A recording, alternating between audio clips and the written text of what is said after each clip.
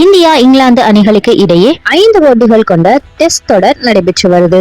இதுல முதல் போட்டியில இந்திய அணி 231 ரன்கள் இலக்கை துரத்த முடியாமல் 28 ரன்கள் வித்தியாசத்தில் தோல்வியை அடைந்தது. இதனைத் தொடர்ந்து இரண்டாவது டெஸ்ட் போட்டி விசாகப்பட்டினத்துல தொடங்கி நடைபெற இருக்கு. இந்த பிட்ச் முழுக்க முழுக்க ஸ்பின்னர்களுக்கு சாதகமாக இருக்குங்கிற காரணத்தினால இந்திய அணி 4 ஸ்பின்னர்களோட விளையாடும்னு எதிர்பார்க்கப்படுது. விசாகப்பட்டினத்துல வேகப்பந்து வீச்சாளர்களுக்கு வேலையே கிடையாது. அங்கு துவக்க முதலேயே ஸ்பின்னர்கள் தான் பெரிய தாக்கத்தை ஏற்படுத்துவாங்கன்ற காரணத்தினால இந்தியா மற்றும் இங்கிலாந்து ஆகிய அணிகள் 4 ஸ்பின்னர்களோட விளையாட முடிவு செய்திருக்கு. 2 அணிகளுமே இதை தெளிவா தெரிவிக்கும் பட்சத்துல இந்த இரண்டாவது டெஸ்ட் போட்டியில இந்திய அணியின் முகமது சிராஜ் விளையாடுறதுக்கு வாய்ப்பில்ல. இந்திய அணியில் சௌரப் குமார், அஜத் பட்டீர் மற்றும் அல்பஸ் கான் ஆகியோர் நாளை அறிமுக வீரராக இறங்க வேண்டிய கட்டாயம் ஏற்பட்டிருக்கு. காரணம் சீனியர்களான விராட் கோலி, KL ராகுல், ரவீந்திர ஜடேஜா ஆகியோர் விலகி இருக்கிற காரணத்தினால இவர்கள் புதுமுக வீரர்களாக கட்டாயம் கிளம்பிறங்க வேண்டிய சூழல் ஏற்பட்டிருக்கு.